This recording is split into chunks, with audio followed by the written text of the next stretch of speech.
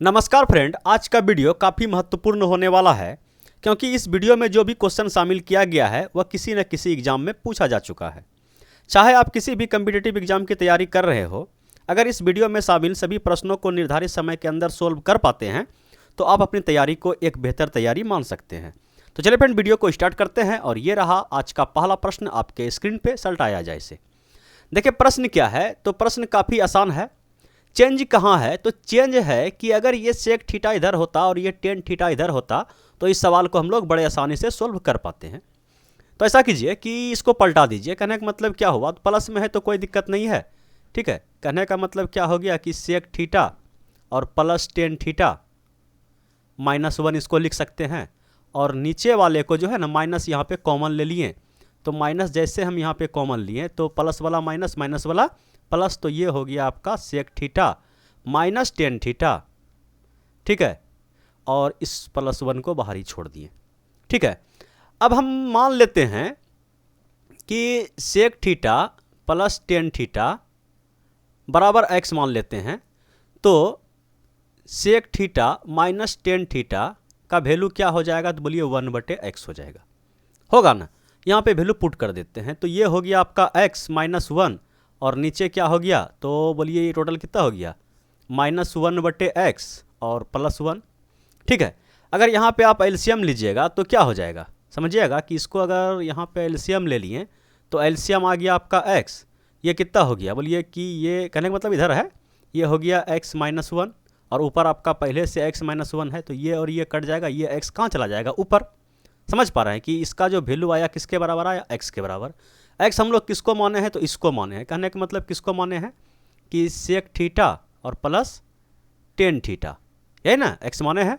तो sec theta को क्या लिख सकते हैं, बोलिए 1/cos थीटा और टेन थीटा को बोलिए कि साइन थीटा बटे cos थीटा, ठीक है। अगर cos एलसीएम हो गया तो क्या हो गया, बोलिए कि 1 + साइन थीटा, तो 1 + साइन थीटा बटे cos theta. Option number B क्या है, 110% आपका करेक्ट आंसर है। चलिए अब इस सवाल को देखिए। देखिए प्रश्न क्या है, एक वस्तु को अंकित मूल्य पर 40% की छूट पर बेचा जाता है और क्रय मूल्य का विक्रय मूल्य से अनुपात इतना है। यदि वस्तु पर प्राप्त लाभ इतना रुपया है तो वस्तु का अंकित मूल्य, ठीक है। इस टाइप के प्रश्न में क्या क्या होता है, तो बोलिए एक होता है भैया आपका सीपी और एक होता है आपका क्या एमआरपी और क्या होता है, तो बोलिए कि सेलिंग प्राइस एसपी, ठीक है। टोटल खेला इसी तीनों पे होता है, बाकी प्रॉफिट डिस्काउंट चलते रहता है इन दोनों के बीच में, ठीक है। चलिए अब देखिए यहाँ साफ बताया गया है कि क्रय मूल्य का विक्रय मूल्य से अनुपात इतना है। कहने का मतलब क्रय मूल्य आपका 5 है तो विक्रय मूल्य कितना है, तो बोलिए 8 है, ठीक है। और बता दिया गया है कि यदि यहाँ बताया गया है कि यदि वस्तु को अंकित मूल्य पर 40% के छूट पर बेचा जाता है।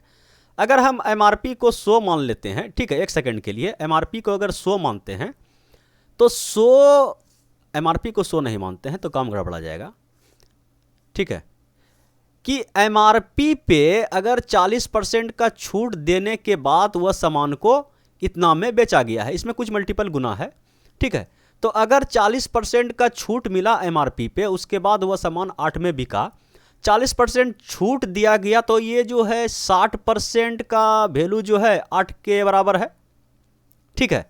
तो एमआरपी भी अपने आप में 100% होगा। बोला जाए कि 1% का वैल्यू तो 8/60, तो 100% का वैल्यू बोलिए कि 100 से गुना कर दीजिए, ठीक है। तो 1 0 से 1 0 ये खत्म हो गया, ये 2 से कट गया 3 बार में, ये 2 से कट गया आपका 5 बार में, 40/3, ठीक है। ये आ गया आपका 40/3।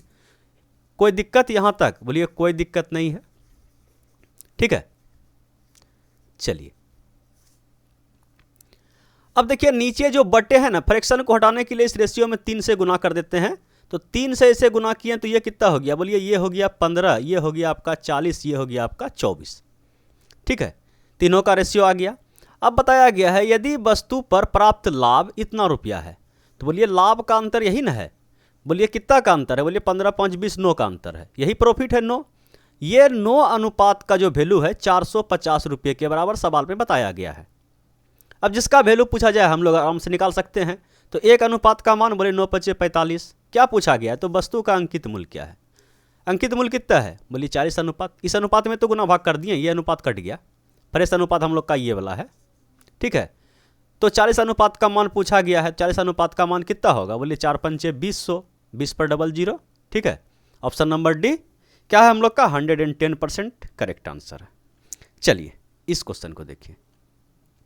देखिए प्रश्न क्या है कि पहले मिश्रण में दूध की मात्रा पानी की मात्रा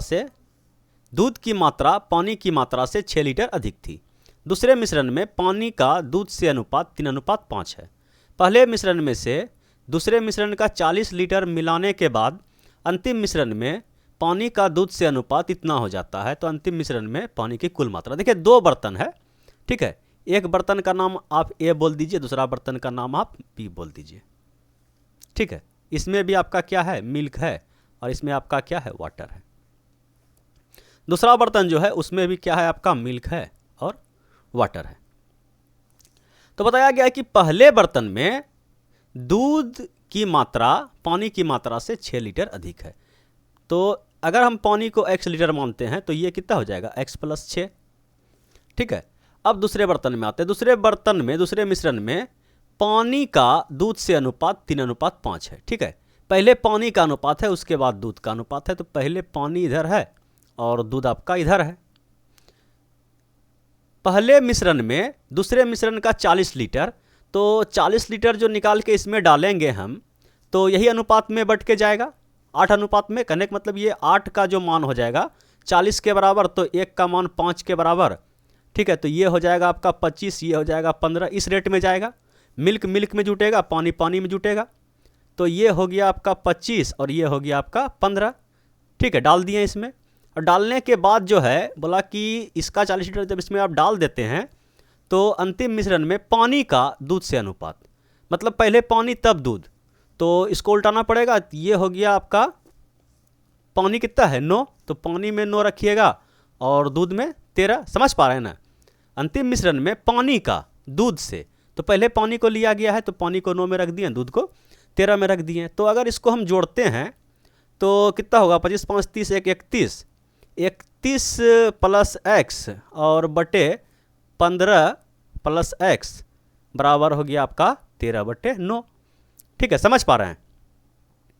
चाहे तो आप यहाँ पे कंपोनेंडो डिविडेंडो रूल लगा सकते हैं या गुना आप कर सकते हैं। बोलिए गुना कर देते हैं, ठीक है।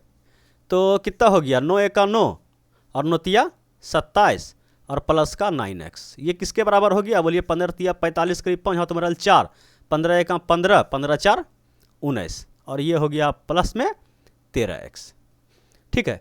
तो इधर कितना हो गया, 9 × 4 = 13, और ये अगर इधर आके घट गया तो 5 दिए 200, कहने का मतलब क्या, 89, 79 और 4, 79 और 4 कितना होता है, बोलिए कि 84 हो जाएगा। तो x का मान कितना हो जाएगा यहाँ से, बोलिए कि भाग दीजिए, तो ये निकल गया 4 दूना 8, 4 एका 4 21, ठीक है। तो x का मान अगर हम लोग का 21 आ गया तो पूछा गया है कि अंतिम मिश्रण में पानी की कुल मात्रा, तो पानी की कुल मात्रा ये है। x का मान कितना निकला है, 21, 21 और 15 कितना होता है, बोलिए 36। तो 36 लीटर क्या है, इस सवाल का 110% करेक्ट आंसर है। बोलिए कोई दिक्कत, बोलिए कोई दिक्कत नहीं है।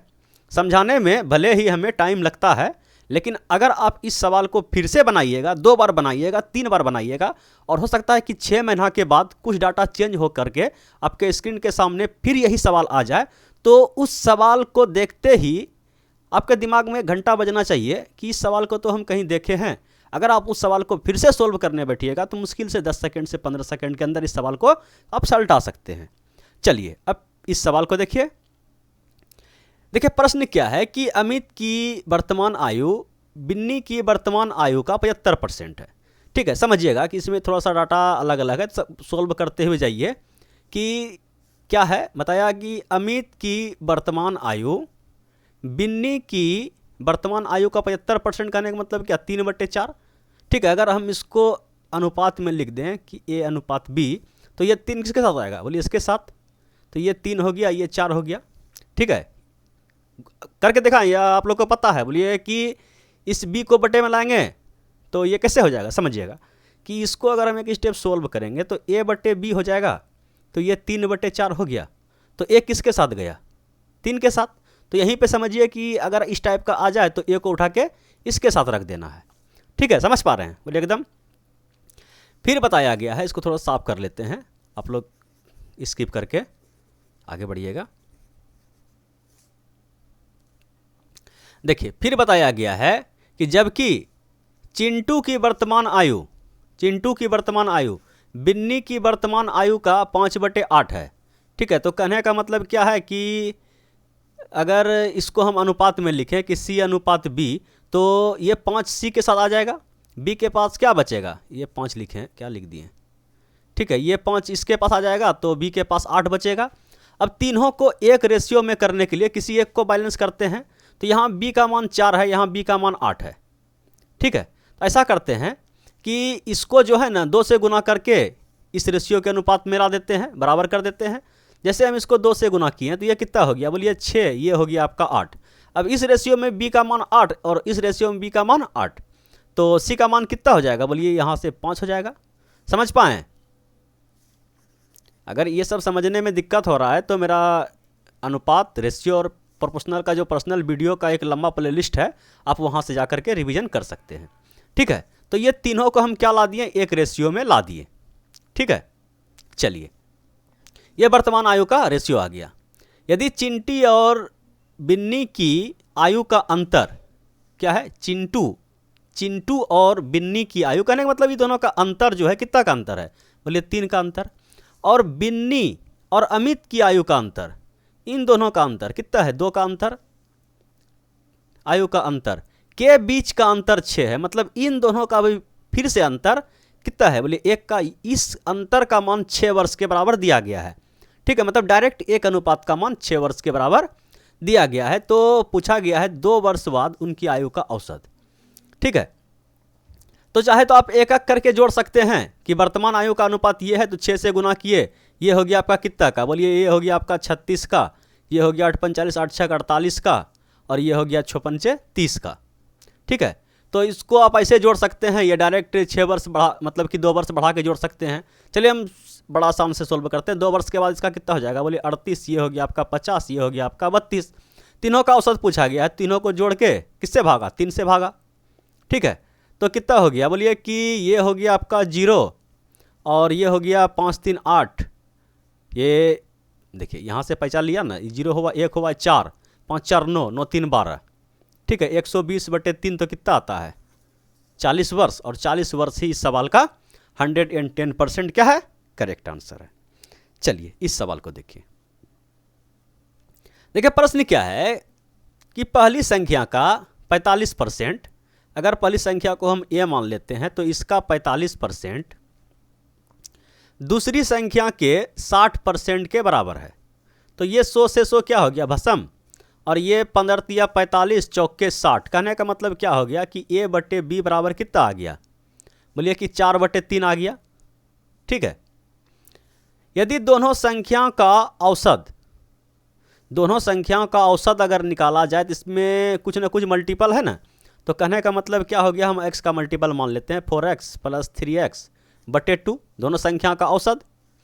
यदि दोनों संख्याओं का औसत पहली संख्या से 10 कम है, पहली संख्या मेरा कितना है, यहाँ पे x चिपकाए है ना, तो पहली संख्या 4x से 10 कम है। ठीक है, अब यहाँ पे आप गुना भाग करके इसको सल्टा दीजिए। ठीक है, कहने का मतलब क्या, 2 से गुना कर दिया, इधर कितना हो गया, बोलिए कि इधर हो गया भैया आपका 7x, और ये हो गया आपका 8x और माइनस का 20। इसको इधर, तो x बराबर कितना आया, बोलिए 20। ठीक है, तो क्या पूछा गया है, तो दूसरी संख्या का 80%, दूसरी संख्या का क्या है 3x। ठीक है, तो 3x 20 दिया 60, 60 का 80%। ठीक है, तो 0000 खत्म, 8 5 8 6 48, और 48 ही इस सवाल का क्या है, 110% करेक्ट आंसर। चलिए एक बार वीडियो को लाइक कर दीजिएगा। अब बढ़ते हैं हम लोग अगले प्रश्न की ओर, और अगला प्रश्न ये रहा आपके स्क्रीन पे, इसको भी सल्टाया जाए। देखिए प्रश्न काफ़ी इंपॉर्टेंट है। प्रश्न क्या है कि एक दुकानदार एक उत्पाद पर 10% और 20% की 2 क्रमागत छूट देता है। तो सबसे पहले इन दोनों का एकल छूट निकाल दीजिए। बोलिए कि कैसे निकालते हैं, सक्सेसिव लगाते हैं, यहाँ पे क्या लगाते हैं, सबको पता है x + y, ये भी मान के चलिए, और माइनस क्या होता है xy/100। ठीक है, सभी को पता है ना, बोलिए एकदम पता है। तो यहाँ पे अगर लगाइएगा तो कितना हो जाएगा, बोलिए 10 और 20 30, 30 - 200/100 मतलब क्या हो गया कि 30 - 2 तो ये हो गया आपका 28%। ठीक है, 28%। इन दोनों को हम क्या बोल सकते हैं, 28% के बराबर है। 2 क्रमागत छूट देने के बाद बेचा जाता है, मतलब ये सामान क्या हो गया है, बिक गया है। इसका मतलब हमें क्या क्या करना पड़ेगा, फिर से सीपी और एमपी और एसपी का रेशियो निकालना पड़ेगा। बोलिए निकाल देते हैं। तो सबसे पहले अगर हम एमपी को मतलब मार्क प्राइस को 100 मान लेते हैं, तो सेलिंग प्राइस बोलिए 28 का छूट दिया गया है, तो सामान मेरा 72 में बिका है। ठीक है, 72 में बेचा जाता है। यदि अच्छा लाभ प्रतिशत ज्ञात कीजिए, एक क्वेश्चन का लाइन बीच में घुसा दिया है, यहाँ कंडीशन दिया गया है यदि लाभ, ठीक है, लाभ उस राशि का 30% है जिससे उत्पाद के मूल्य में वृद्धि हुई है। ठीक है, यदि लाभ, लाभ कैसे होगा, जब क्रय मूल्य से विक्रय मूल्य का अंतर निकालेंगे तो लाभ, क्रय मूल्य को हम x मान लेते हैं। ठीक है, तो लाभ हो गया आपका 72 माइनस x रुपया। यदि लाभ उस राशि का 30% है, ठीक है, उस राशि का 30% है, उस राशि का 30% है जिससे उत्पाद के मूल्य में वृद्धि हुई है। उत्पाद का मूल्य ये था, वृद्धि करके कितना रखा, इतना, तो उस राशि का 30% है, तो उत्पाद के मूल्य में वृद्धि यही हुआ है ना। बोलिए कि 100 माइनस x का वृद्धि हुआ। समझ पाए, बोले एकदम समझ में आ गया। तो बस इसको सोल्व कीजिए, तो कटाइएगा, बोले हाँ कटा देंगे। तो ये जीरो कट गया, तो इसको 3 से गुना किए तो ये हो गया आपका 300 माइनस का 3x, और इस 10 को इधर से गुना कर देते हैं, 720 माइनस का 10x, ये बराबर हो गया। इसको इधर कहने का मतलब इधर हो गया 7x बराबर इधर हो गया 420 का, तो 7 42 x बराबर 60 रुपया आ गया। ठीक है, अगर x बराबर 60 रुपया आ गया तो क्या पूछा गया है, तो ये हो गया कितना, 60 रुपया। ठीक है, 60 में खरीदा, 72 में बिका, MRP शो किया था। तो पूछा गया है कि लाभ प्रतिशत ज्ञात कीजिए, लाभ कितना का हुआ। बोलिए 60 में खरीदा, 72 में बिका, तो लाभ हुआ 12 का। लाभ गुना 100 और बटे में क्रय मूल्य। ठीक है, तो 12 पंचे 60, 5 से कट गया ये 20 बार में, तो 20% का क्या हुआ है, उसे लाभ हुआ है। ठीक है, बोले समझ पा रहे हैं ना, बोले एकदम समझ में आ रहा है। तो यही था भैया आज का लास्ट क्वेश्चन। जाते जाते एक बार वीडियो पर लाइक ठोकना मत भूलिएगा। Thank you.